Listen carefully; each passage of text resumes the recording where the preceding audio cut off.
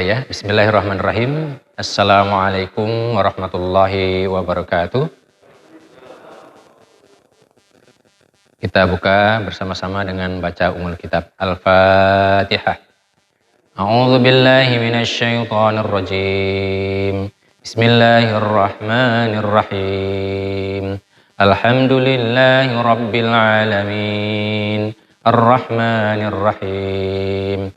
Maliki yaumiddin. Iyyaka na'budu wa iyyaka nasta'in. Ihdinas siratal mustaqim. Siratal ladzina an'amta 'alaihim ghairil maghdubi 'alaihim waladdallin. Amin. Saya membaca lebih dahulu, walaupun bacaan saya juga belum tentu fasih, tapi saling membenarkan saja. A'udzu billahi minasy syaithanir rajim.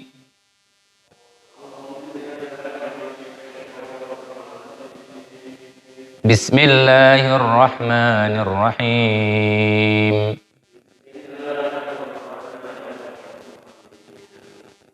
Watlu alaihim naba'a abnai Adam bil haqqi idh qarraba qurbana.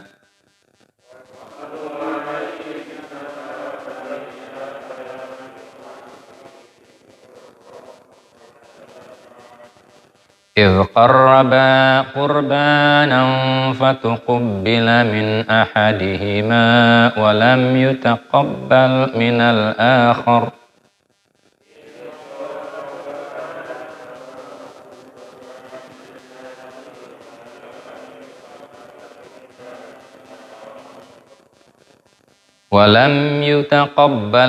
الآخر قال لأقتلنك.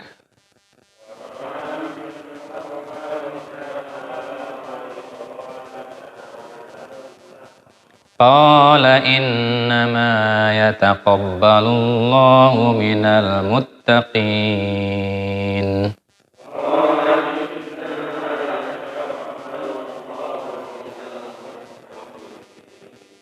لئن بسطت إلي يدك لتقتلني ما أنا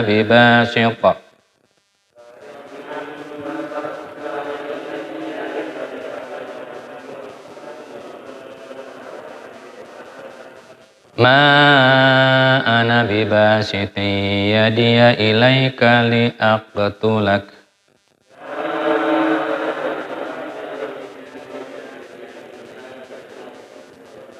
إني أخاف الله رب العالمين.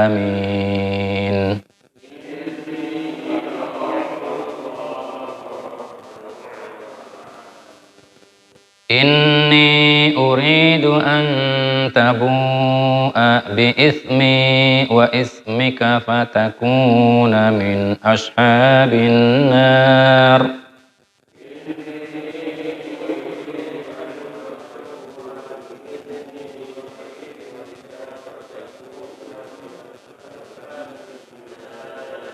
وذلك جزاء الظالمين.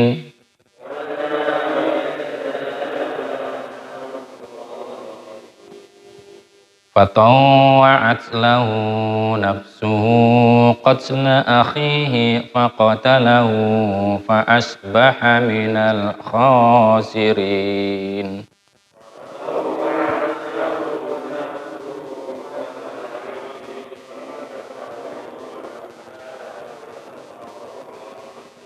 Sadaqallahul azim. Bismillahirrahmanirrahim. Innal hamdalillah nahmaduhu wa nasta'inuhu wa nastaghfiruh wa na'udzu billahi min shururi anfusina wa min sayyiati a'malina may yahdihillahu fala mudhillalah wa may yudlilhu fala hadiyalah. Asyhadu an la ilaha illallah wahdah la syarikalah wa asyhadu anna Muhammadan abduhu wa rasuluh.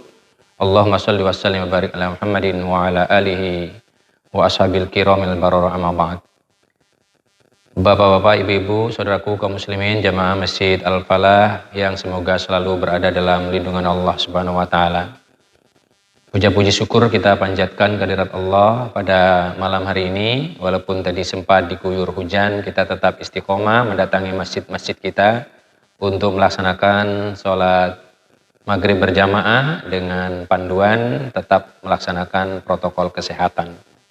Semoga langkah-langkah kaki kita hadir di dalam majelis ini, di dalam masjid ini, Allah catat sebagai amal-amal yang diridhoi dan menjadikan catatan pahala terbaik bagi kita semuanya yang atas dasar rahmat dan ridha Allah Subhanahu wa taala.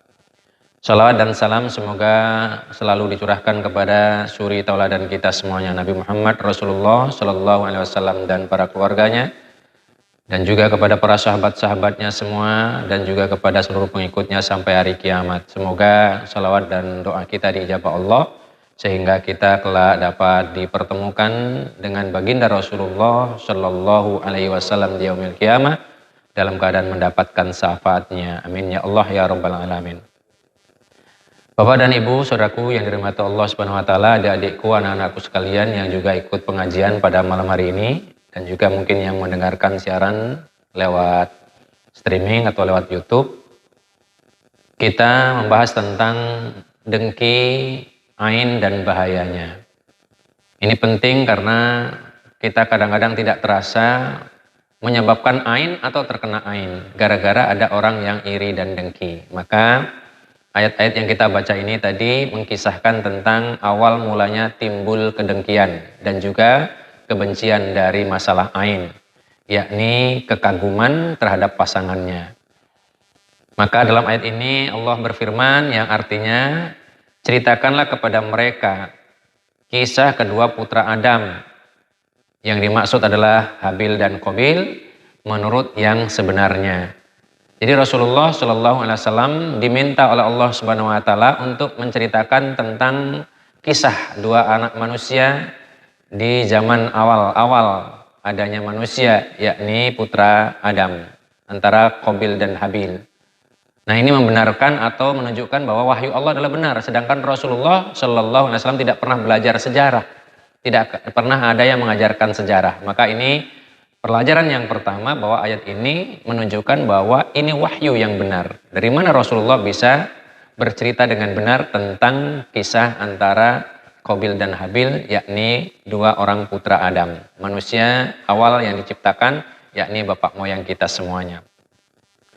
Lanjutannya, ketika keduanya mempersembahkan korban.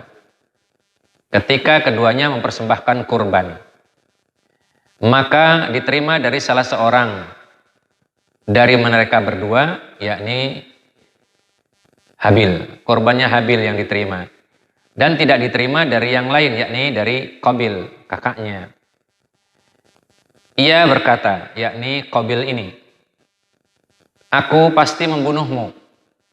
Artinya setelah diterima kurbannya Habil oleh Allah Subhanahu wa taala, maka ada kedengkian, ada iri dan dengki, marah. Sehingga menggerakkan timbullah keinginan untuk membunuh. Maka berkata Habil dengan ancaman itu, sesungguhnya Allah hanya menerima korban dari orang-orang yang bertakwa.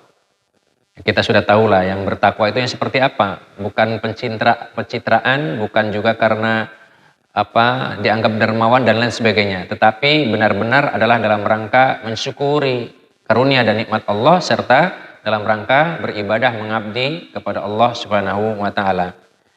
Kemudian lanjutan ayatnya, sesungguhnya kalau kamu menggerakkan tanganmu kepadaku untuk membunuhku, kata Habil, aku sekali-kali tidak akan menggerakkan tanganku kepadamu untuk membunuhmu. Maksudnya dia tidak akan membalasnya.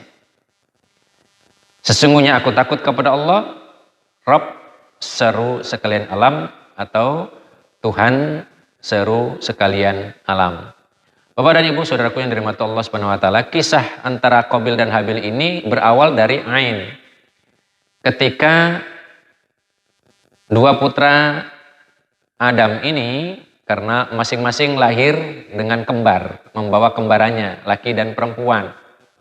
Sehingga pada saat usia menjelang dewasa atau dewasa, maka terjadilah perjodohan. Karena belum ada manusia-manusia yang lain, maka perintah Allah berdasarkan petunjuk wahyu kepada Nabi Adam supaya dipersilangkan kembarannya Qabil dijodohkan dengan Habil, sementara kembarannya Habil dijodohkan dengan Qabil. Nah, yang jadi masalah mungkin ya, banyak ahli tafsir menyatakan mungkin wajahnya, parasnya berbeda. Sehingga dari ain sorotan pandangan mata itulah maka dia tidak rela. Nah, karena tidak rela itulah maka Allah menurunkan aturan, syariat. Bagaimana caranya supaya kemudian adil. Lalu Allah menurunkan wahyu kepada Adam supaya masing-masing di antara keduanya itu untuk berkurban. Siapa yang kurbannya diterima, maka dialah yang akan mendapatkan jodoh, yakni kembarannya Qabil. Yang menurut ahli tafsir lebih cantik daripada kembarannya Habil. Maka di antara keduanya itulah kemudian mengumpulkan hasil usahanya masing-masing. Qabil usahanya adalah petani. Ya, saya mohon maaf kalau terbalik barangkali nanti. Pokoknya salah satu di antara mereka adalah petani. Kemudian satu lagi peternak. Kalau tidak salah Qabil ini yang petani. Petani yang sayur mayur, buah-buahan dan sebagainya begitu. Ya. Sehingga dikumpulkanlah hasil pertaniannya, hasil usahanya itu. Qabil mengumpulkan yang jelek-jelek. Yang dikumpulkan itu yang jelek-jelek. Hasil panennya, hasil pertaniannya yang tidak bagus, yang kita sendiri tidak suka, istilahnya begitu. Sedangkan Habil peternak, dia mengambil ternaknya yang paling bagus untuk berkurban mengharap ridha Allah Subhanahu wa taala. Jadi begitu ceritanya. Nah, kemudian bagaimana dipersembahkan di atas bukit. Ditaruh masing-masing di atas bukit, isyarat bahwa kurbannya diterima, nanti disambar petir sehingga terbakar. Nah, begitu dalam kisah di dalam tafsir. Ternyata yang diterima oleh Allah Subhanahu wa taala adalah kurbannya Habil, yakni hasil peternaknya atau hasil usahanya yang paling bagus yang dipersembahkan. Maka ketika itulah perjodohan sudah ditetapkan bahwa tetap jodohnya Habil adalah kembarannya Qabil yang dalam riwayat ternyata lebih cantik. Disitulah makanya ada ain, ya. Timbul kedengkian dari ain, sorotan pandangan mata yang takjub karena ciptaan Allah yang lebih bagus tadi, sehingga ada iri dan dengki. Nah, karena iri dan dengki ini maka menggerakkan hatinya untuk melakukan istilah kita adalah makar, ya. Ya, pembunuhan, rencana pembunuhan. Nah, ini riwayatnya. Ada yang mengatakan setelah itu dibunuh. Jadi sehingga ada kelompok, mohon maaf, kelompok ingkar sunnah namanya. Itu menyatakan bahwa kita ini keturunan pembunuh. Karena dianggap kita ini keturunan Qabil, sementara Habil mati, nggak punya anak, gitu ya. Jadi mereka berpikirnya seolah sandiwara itu hari ini merencanakan, besok langsung terbunuh, begitu. Padahal yang namanya merencanakan itu sudah terjadi pernikahan lebih dahulu. Kemudian dia mencari celah bagaimana lengahnya. Tapi sudah ada ancaman, sudah ada ikrar, sudah ada niat, aku akan membunuhmu. Tapi Habil menyatakan aku tidak akan menggerakkan tanganku untuk membalas. Jadi begitu. Jadi tidak benar kalau ada orang yang menafsirkan bahwa kita ini turunan pembunuh. Ya, karena dalam riwayat ya sudah nikah lebih dahulu. Terjadilah pernikahan itu, kemudian beranak pinak, kemudian melanjutkan kehidupan seperti biasa, bertani dan sebagainya. Sehingga orang yang dengki ini mencari cara, bagaimana caranya mencari kelengahannya. Ya, memang tidak dijelaskan ya kapan terjadinya, tapi kita berhusnuzon dan Allah yang lebih tahu, wallahu a'lam bishawab, pasti sudah ada keturunan. Buktinya apa? Banyak kulit merah, kulit sawo matang, ada kulit hitam. Kan begitu. Ada yang mengatakan karena kembarannya Habil itu kulitnya kulit gelap, kan begitu. Sementara kembarannya Qabil ini bule, ya, cakep dan sebagainya. Nah, dari sini artinya sudah ada keturunan. Nah, jadi jangan sampai kemudian kita terpengaruh dari kelompok-kelompok yang menafsirkan Al-Quran semaunya sendiri, hanya berdasarkan zonnya, persangkaannya, menceritakan seolah ayat 27 dan 28, 29 nanti itu dekat gitu ya, hari itu langsung dibunuh. Ya, kita mesti lihat bahwa ada proses yang lama. Nah, berkaitan dengan ayat 28 di atas terdapat sebuah hadis dari Sa'ad bin Abi Waqqas bahwasanya Rasulullah Shallallahu alaihi wasallam bersabda, sesungguhnya akan terjadi suatu fitnah besar di mana orang yang duduk di dalam lebih baik daripada yang berdiri. Orang yang berdiri lebih baik daripada yang berjalan, dan orang yang berjalan lebih baik daripada orang yang bergegas atau berlari. Sa'ad berkata, bagaimana pendapat engkau bila seseorang masuk ke rumahku kemudian menggerakkan tangannya untuk membunuhku karena dengki? Rasulullah Shallallahu alaihi wasallam bersabda, bersikaplah seperti anak Adam, yakni Habil tadi. Jangan menggerakkan tanganmu. Ya, perawi hadis membaca ayat 28 surat Al-Maidah di atas tadi. Ini hadis sahih riwayat Abu Dawud dan Tirmizi. Maksudnya apa? Akan terjadi fitnah yang besar itu, huru-hara yang sangat sulit. Sehingga orang yang ada di dalam rumah tidak kemana-mana, itu lebih baik daripada yang berdiri. Yang ngelongok-ngelongok, ngeliat-liat, pengen tahu fitnah apa. Orang yang berdiri, diam di rumahnya, lebih baik daripada yang berjalan, keluar, nyari tahu, masuk ke dalam perangkap fitnah. Tapi orang yang berjalan kemudian pelan-pelan saja, hanya sekedar ingin tahu, masih lebih baik, kata Rasulullah, daripada yang berlari mendekati fitnah itu. Jadi begitu. Makanya kalau sudah terjadi fitnah besar, kita lebih baik diam. Jangan ikut komentar, atau ingin cari-cari.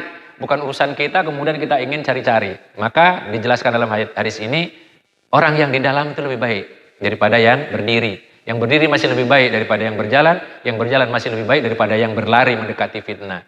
Sampai Sa'ad bin Abi Waqqas bertanya kepada Rasulullah, kalau ada orang yang datang menggerakkan tangannya ingin membunuhku karena dengki. Jadi bukan karena bukan karena perampokan, bukan karena ingin merampas dan sebagainya, tapi karena dengki. Nggak ada sebab, tapi dengki barangkali dia atau yang dimaksud dengan Sa'ad bin Abi Waqqas ini, karena Sa'ad memiliki kelebihan, sehingga ada orang yang iri atau dengki kemudian ingin mengambil ya atau ingin melampiaskan kedengkiannya tadi. Maka Rasulullah menyarankan bersikaplah seperti Habil, arti jangan membalas. Jadi ada hadis yang lain yang mengatakan kalau ada perampasan, perampokan dan sebagainya, kita melawan, beda Pak. Ya, itu beda. Karena melindungi hak, melindungi nyawa, melindungi harta, ya, secara hak, ya, dengan bela diri atau membela diri, maka itu syahid di jalan Allah Subhanahu wa taala, sehingga terbunuh misalnya begitu, maka itu syahid. Ya, tapi hadis ini menjelaskan karena adanya orang yang iri dan dengki tadi. Jadi karena ada dendam, ada iri dan dengki. Kemudian ayat yang ke-29 yang kita baca tadi. Sesungguhnya aku ingin agar kamu kembali dengan membawa dosa membunuhku dan dosamu sendiri. Maka kamu akan menjadi penghuni neraka, dan yang demikian itulah pembalasan bagi orang-orang yang zolim. Jadi atas ancaman kakaknya Qabil tadi, dia punya niat ingin membunuh tadi, maka dia bernasihat. Habil ini adiknya bernasihat. Ya, aku ingin agar engkau kembali dengan bawa dosa membunuhku dan dosamu sendiri. Artinya kalau kamu membunuhku sampai terjadi, kamu akan kembali kepada Allah dengan bawa dosa membunuhku dan bawa dosamu sendiri. Ya, nah ini nasihat sebenarnya. Maka kamu akan menjadi penghuni neraka. Dan yang demikian itulah pembalasan bagi orang-orang yang zalim. Artinya hikmahnya, adik boleh menasihati kakaknya. Jadi jangan sampai kemudian kakaknya sombong, kemudian didiemin. Adiknya boleh bernasihat dengan cara yang baik, diingatkan. Supaya tidak terjadi hal-hal yang mencelakai atau menimbulkan kecelakaan bagi dirinya sendiri. Nah ini hikmahnya, walaupun seorang adik, seorang saudara boleh bernasihat untuk kakaknya, barangkali yang lebih tua atau lebih senior. Ayat yang ke-30 yang kita baca tadi. Maka hawa nafsu Qabil menjadikannya menganggap mudah membunuh saudaranya. Karena tadi nggak akan membalas. Jadi dia mencari kelengahannya. Sebab itu dibunuhnya lah, maka jadilah ia seorang di antara orang-orang yang merugi. Saudaraku jamaah Masjid Al-Falah dan adik-adikku sekalian, anak sekalian, bapak dan ibu yang dirahmati Allah Subhanahu wa taala. Berkaitan dengan ayat-ayat yang kita baca tadi, ada hadis yang lain dari Rasulullah sallallahu alaihi wasallam yang bersabda, tidaklah seseorang membunuh secara zalim kecuali dosanya akan dipikulkan kepada anak Adam yang pertama, yaitu Qabil. Jadi orang-orang yang bunuh tadi di generasi-generasi anak manusia saat ini, kalau dia membunuh orang lain, di samping dia mendapatkan dosanya atas pembunuhan itu, Qabil yang membunuh pertama kali mendapatkan juga kiriman dosanya dari anak cucu Adam sampai hari kiamat. Ini Rasulullah. Jadi penyesalan Qabil itu luar biasa hanya karena dengki dan iri tadi. Maka Rasulullah menjelaskan seperti itu. Saya ulangi ya. Tidaklah seseorang membunuh secara zalim kecuali dosanya akan dipikulkan kepada anak Adam yang pertama, yakni Qabil, karena ia adalah orang yang pertama kali melakukan pembunuhan. Nah ini, Ustadz, berarti ada dosa itu dong, dosa kiriman. Rasulullah sudah menjelaskan seperti ini, pasti yang dikatakan Rasulullah adalah benar. Karena membunuh itu, membunuh satu jiwa sama dengan membunuh manusia semuanya. Dan Qabil melakukan itu dengan contohnya, ya, dengan riwayatnya, maka dosa orang-orang yang membunuh sebagian dikirimkan kepada Qabil. Wallahu alam. Ini adalah sabda Rasulullah Shallallahu Alaihi Wasallam untuk masalah pembunuhan. Tapi untuk yang dosa-dosa yang lain, insya Allah tidak ada dosa kiriman-kiriman atau dosa warisan. Ya. Tapi karena ini berkaitan dengan membunuh yang tanpa alasan yang benar, ya karena iri dan dengki saja. Dalam hadis yang lain, Rasulullah Shallallahu Alaihi Wasallam juga pernah bersabda, apabila dua orang Muslim bertengkar dan berkelahi dengan senjata, maka yang bunuh dan yang terbunuh kedua-duanya akan masuk neraka. Coba Pak, ini penting untuk diketahui. Dua orang yang bertengkar itu kan berarti kan memperebutkan sesuatu. Pasti awal-awalnya terjadi karena iri dan dengki.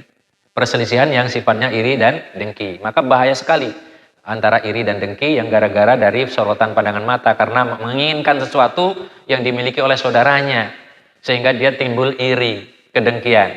Nah, jelaskan dalam hadis ini, dua orang Muslim yang bertengkar dan berkelahi dengan senjata, maka yang membunuh dan yang terbunuh dua-duanya akan masuk neraka. Para sahabat bertanya, wahai Rasulullah, wajar bagi yang membunuh, maka kenapa dengan yang terbunuh?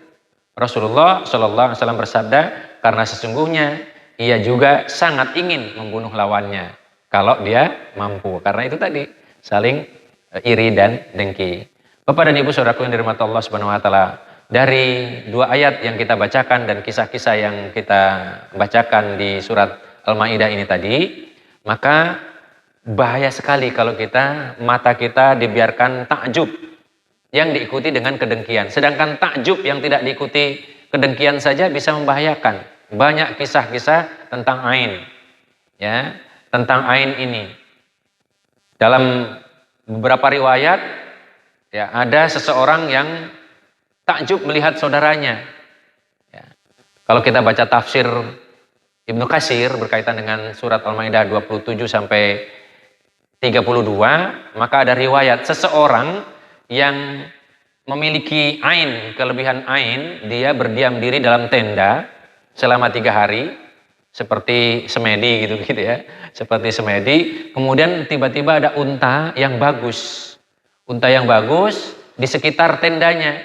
Kemudian dia membuka tendanya, dilihatlah itu untanya dengan perasaan takjub, sehingga dia punya keinginan, ya, bagaimana cara memilikinya. Maka unta itu tiba-tiba jatuh, Pak.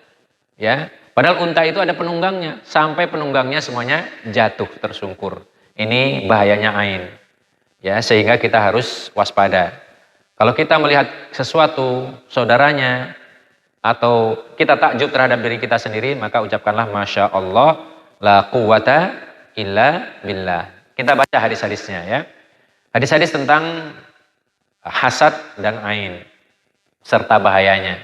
Rasulullah Shallallahu Alaihi Wasallam bersabda, iyakum wal hasad, waspadalah kalian atau hati-hatilah kalian terhadap hasad. Hasad diterjemahkan oleh para mufassir itu iri dan dengki. Ya. Fa innal hasada layakulul hasanati kama takulun narul haqab.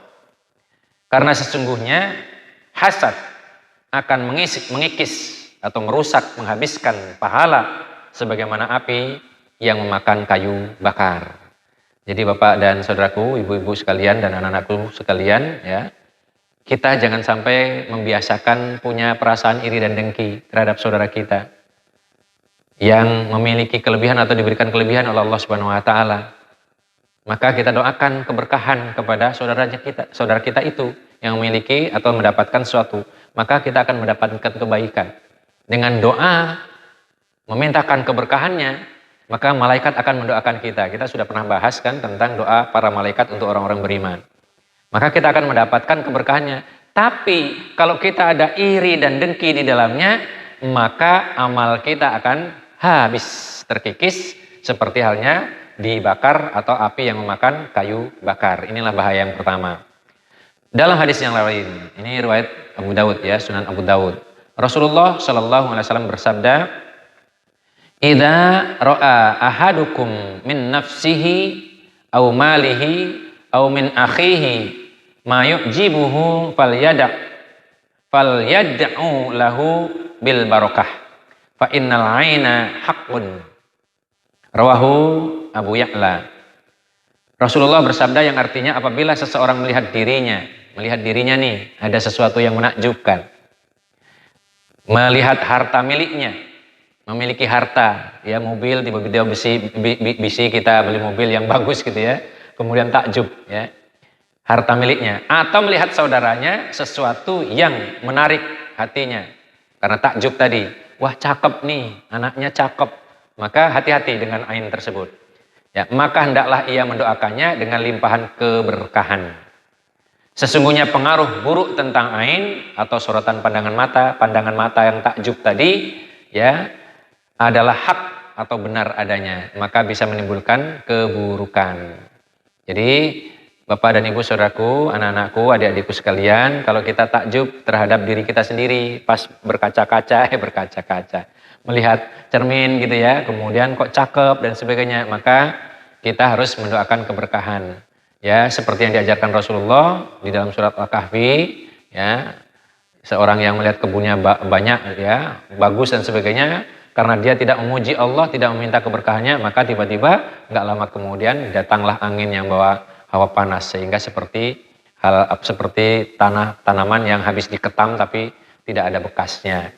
Nah, oleh karena itu panduan yang dianjurkan dan disunahkan atau diajarkan Rasulullah SAW, begitu kita melihat saudaranya nampak indah, menerima kebaikan dan sebagainya, ucapkanlah Masya Allah, la quwata illa billah. Nah, hadis yang berikutnya, al-ainu haqqun walau kana syai'un sabiqul qadari sabaqathul ain. Rawahu Muslim. Pengaruh ketajaman mata atau sorotan mata yang mengandung iri adalah hak atau nyata. Bila ada sesuatu yang mendahului takdir, maka hal itu adalah ain. Jadi yang mendahului takdir adalah ain. Makanya banyak hadis yang banyak kejadian-kejadian di antara penyakit itu sebenarnya disebabkan karena ain. Sehingga Rasulullah pernah bersabda, sebagian besar penyakit yang diderita oleh umatku adalah karena ain. Ain saudaranya nggak sadar ya, bahwa saudaranya karena terkagum-kagum, hatinya membatin karena ada iri, ada dengki, kemudian menyebabkan orang itu sakit atau lumpuh atau jatuh atau menerima kerusakan dan sebagainya. Yang berikutnya ini tadi aturan yang dianjurkan oleh Rasulullah SAW. Man ra'a syai'an fa'ajabahu faqala Masya Allah la quwwata illa billah lam yadurrahu al-aini. Saya ulangi, man ra'a syai'an fa'ajabahu faqala Masya Allah la quwwata illa billah lam yadurrahul aini. Rawahu Ahmad. Barang siapa yang melihat sesuatu yang dikaguminya, lalu dia mengucapkan Masya Allah la quwwata illa billah, yang artinya atas kehendak Allah semua ini terjadi, tidak ada kekuatan kecuali dengan izin Allah, maka tidak akan terjadi gangguan akibat ain atau akibat sorotan mata yang mengandung iri. Nah, itulah yang berkaitan dengan hasad dan iri. Jangan sampai kita kemudian terjebak akhirnya masuk perangkap seperti halnya perangkap setan yang dilakukan atau yang mendampingi Qabil. Ya, sementara hanya sekedar ain dan hasad saja bahayanya sudah begitu luar biasa. Apalagi kalau kita punya keinginan untuk menghabisi saudara kita sesama manusia karena adanya iri dan dengki tadi, maka betapa besar dosanya. Ya, sebab di ayat yang berikutnya, ayat 31-32 itu dinyatakan bahwasanya siapa yang bunuh satu jiwa bukan karena kisos, maka dosanya sama dengan dia membunuh manusia semuanya. Membunuh bukan karena kisos, artinya bukan karena alasan 3 yang disahkan di dalam agama, maka dosanya seperti membunuh manusia semuanya. Barang siapa yang menghidupkan atau menahan, ya, tidak membunuh, membiarkan hidup seorang manusia walaupun dia mampu membunuhnya, maka pahalanya seperti dia menghidupkan atau menjadikan hidup seluruh manusia. Nah, ini penting bagi kita untuk kita pahami bersama sehingga kita terjaga hati kita, terjaga mata kita, terjaga tangan-tangan kita dari berbuat zalim. Dengan cara seperti itu, maka mudah-mudahan kita menjadi hamba-hamba Allah yang diberkati oleh Allah Subhanahu wa taala. Mendoakan kebaikan saudaranya yang mendapatkan kebaikan, maka insya Allah kita juga akan mendapatkan keberkahan itu pula yang sama. Karena malaikat membisikkan, semoga Allah memberikan keberkahan yang sama atas doamu. Bahkan saudara yang didoakan biasanya juga akan menjawab, ya, dan semoga keberkahan pula untukmu. Kan begitu jawabannya. Indahnya Islam itu begitu. Bahwa kita bersaudara, kita saling mendoakan, bukan saling iri dan dengki. Sementara kelompok-kelompok non-Islam, dalam arti orang-orang kafir, orang musyrik, orang-orang ateis, karena gaya hidupnya, memang orientasi hidupnya adalah materi, ukuran kebahagiaan, kesuksesan, dan sebagainya itu, kemuliaan, itu ukurannya adalah materi, maka mereka nggak peduli. Meskipun dia mendapatkannya dengan cara membunuh. Ya, membunuh dengan tangan-tangan orang lain, ya, dengan merekayasa dan sebagainya. Kan begitu ya, ada yang mengambil perusahaan dengan cara membunuh orang lain, difitnah dan lain sebagainya. Na'udzubillahi min dzalik. Itulah bedanya Islam dengan isme-isme atau ideologi-ideologi yang lain. Oleh karena itu, kita mestinya bahagia hidup di dalam naungan syariat Islam, ajaran Islam, karena hak milik pribadi dilindungi oleh Allah Subhanahu wa taala. Ada, ya, sehingga orang tidak boleh sembarangan hanya memandang takjub saja, kemudian membatin ada rasa iri, itu bisa membahayakan orang yang dilihat tadi, dan membahayakan diri kita sendiri.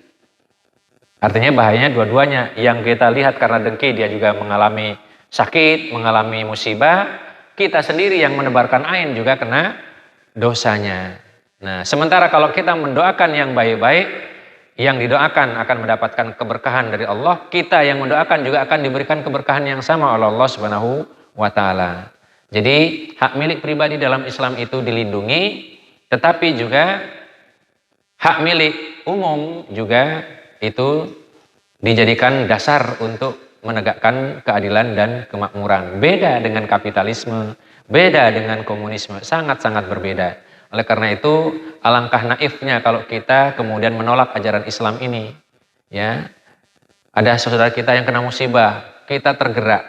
Berapapun juga yang kita punya, kita berusaha untuk membantu. Ya, beberapa hari yang lalu, Senin yang lalu, kalau tidak salah itu kan ada bahaya, ada banjir ya Pak ya, di Sukabumi, di Curug Sukabumi, Cimelati dan sebagainya. Kita sudah berkunjung dan alhamdulillah Al-Falah juga sudah mengirimkan bantuan. Saya lihat beritanya ya, Ustadz Abdul Halim sudah bergerak dengan tim, ya, dengan Yayasan Al-Falah sampai ke sana. Itu gerakan kita yang seperti ini menunjukkan bahwa kita memang bangga dan bahagia di dalam melaksanakan ajaran Islam. Ya, dan itu, semangat itu terjadi bukan karena ingin dipuji, bukan karena ingin yang lain, tetapi karena melaksanakan kewajiban, karena Allah Subhanahu wa taala ingin berbagi kebaikan, menolong saudara kita yang terkena musibah. Walaupun Pak, musibah itu terjadi berbagai macam alasannya. Ya, karena hari-hari sebelumnya kita juga sudah ke sana, kemudian saya sempat mewawancarai atau bertanya-tanya, apa sebenarnya sih penyebab musibah? Sebab Allah tidak akan mengirimkan musibah besar kecuali penduduk sekitarnya itu sudah banyak berbuat zalim dan susah untuk dikendalikan. Nggak bisa dinasihati, biasanya dikasih peringatan. Ya, ada yang mengatakan musibah itu sebagai peringatan, ada juga yang sebagai azab. Nah, bagi orang beriman adalah peringatan. Ternyata di antara sebab itu masyarakat sekitar situ itu ya terlibat dengan ribawi atau transaksi riba, minjam uang secara riba. Sedangkan dalam Al-Quran itu Allah menyatakan orang yang makan riba atau yang melakukan riba itu musuhnya akan diperangi oleh Allah Subhanahu wa taala. Nah, makanya diperingatkan. Orang-orang yang baik, yang terlibat dengan riba diingatkan. Ya, dan itu ternyata ya benar terjadi. Saya tanyakan apakah ada kemaksiatan yang lain, perzinahan, homoseksual, perjudian, sabung ayam dan sebagainya? Tidak ada. Yang ada adalah seperti itu. Yang kedua, mereka mendukung ya kelompok-kelompok yang mendakwahkan anti agama, ya, yang memisahkan ajaran agama sehingga ingin menjauhkan masyarakat sekitarnya dari ajaran agama. Ya, sehingga kelompok-kelompok itu disebut dengan kelompok merah, ya, afiliasinya ke sana. Hanya dua itu sebabnya ternyata. Allah berikan peringatan. Wallahu alam. Kita hanya bisa ya menganalisa berdasarkan wahyu, berdasarkan Al-Qur'an dan As-Sunnah, sebab tidak akan terjadi musibah kecuali sudah tidak bisa diperingatkan lagi. Di dalam Al-Qur'an dijelaskan dan hadis juga menjelaskan tidak akan dikirim musibah itu sepanjang di daerah itu masih ada orang-orang yang banyak beristighfar, mohon ampun, dan aktif untuk menyampaikan peringatan. Tapi kalau semuanya sudah terlibat, mohon maaf barangkali kiainya, ulamanya sudah tidak bisa ngapa-ngapain, bahkan mungkin sudah termasuk yang mendapatkan jatah misalnya begitu, ya akhirnya berlakulah ayat Al-Quran. Wattaqu fitnatan la tusibannal ladzina dzalamu minkum khassah wa'lamu annallaha syadidul iqab. Surat Al-Anfal ayat 25. Takutlah kalian akan suatu azab atau fitnah atau musibah yang tidak hanya akan ditimpakan kepada orang-orang yang berbuat zalim saja di antara kalian. Ketahuilah bahwa sesungguhnya azab Allah sangat dahsyat. Ya, peringatan Allah sangat dahsyat. Nah, oleh karena itu ayat ini harus menjadi motivasi bagi kita dimanapun kita berada, hendaklah menjadi orang-orang yang semangat untuk memberikan peringatan, mengajak kepada yang baik. Ya, artinya amar ma'ruf dan nahi mungkar, mencegah segala bentuk kemungkaran. Kalau tidak bisa dengan kekuasaan, dengan tangannya, ya dengan lisannya. Tidak bisa dengan hatinya, yaitu banyak berdoa, mohon istighfar, mohon ampun kepada Allah. Itulah yang selama-lamanya iman, kata Rasulullah Shallallahu Alaihi Wasallam. Nah, bagaimana menyelamatkan saudara-saudara kita yang terkena rentenir? Ini sebenarnya adalah kewajiban orang-orang kaya. Di dalam Islam tadi orang-orang kaya mestinya membantu. Dan itulah makanya dalam Islam itu indah ajarannya, dengan baitul mal yang dikumpulkan dan sebagainya, maka orang-orang yang seperti itu bisa diselamatkan sebenarnya. Tapi lagi-lagi memang wallahu alam, negara kita ini para pemimpinnya sepertinya masih khawatir dengan kebangkitan Islam. Ya, kekhawatiran ini apakah benar-benar karena ketidaktahuan atau memang karena ada iri dan dengki juga yang sudah digosokkan oleh musuh-musuh Islam. Wallahu alam. Tapi kewajiban kita ya dimanapun dan kapanpun sebagai orang Muslim, tidak harus kiai, tidak harus ustadz, tidak harus ulama, maka kita punya kewajiban untuk mendakwahkan Islam ini sesuai dengan kemampuan kita masing-masing, sehingga ajaran Islam ini bisa menjadi ajaran yang selamat dan menyelamatkan saudara-saudara kita yang lain. Wallahu a'lam bishawab. Waktu Isya telah tiba. Saya mohon maaf apabila ada kesalahan-kesalahan di dalam menyampaikan tema pada malam hari ini. Bagaimana kalau sudah terkena ain? Maka kita harus berdoa, senantiasa berdoa. Kalau ada orang yang terkena ain, tahu penyebab ainnya siapa, maka Rasulullah menganjurkan sunnahnya, caranya mengobatinya. Yang menimpakan ain tadi suruh berwudu, dan air wudunya ya ditampung, sisa wudunya, sisa basuh mukanya, sisa basuh tangannya dan kakinya semuanya ditampung, kemudian digunakan untuk mandi orang yang terkena ainnya tadi. Ya, atau dari mandi wajibnya kemudian ditampung, kemudian untuk memandikan orang yang terkena ain. Yang jadi masalah kan kita tidak pernah tahu ainnya dari mana. Maka kita diajarkan doa oleh Rasulullah SAW dengan doa a'udzu bikalimatillahi tammati minasyaitoni wahamati wa min syarri kulli ainil lamah. Dan kita juga dianjurkan untuk sebelum tidur membaca ayat kursi, Al-Ikhlas, Al-Falaq, dan An-Nas supaya terhindar dari masalah ain, hasad, dan kedengkian orang lain. Demikian tambahannya, mudah-mudahan menjadi ilmu yang bermanfaat.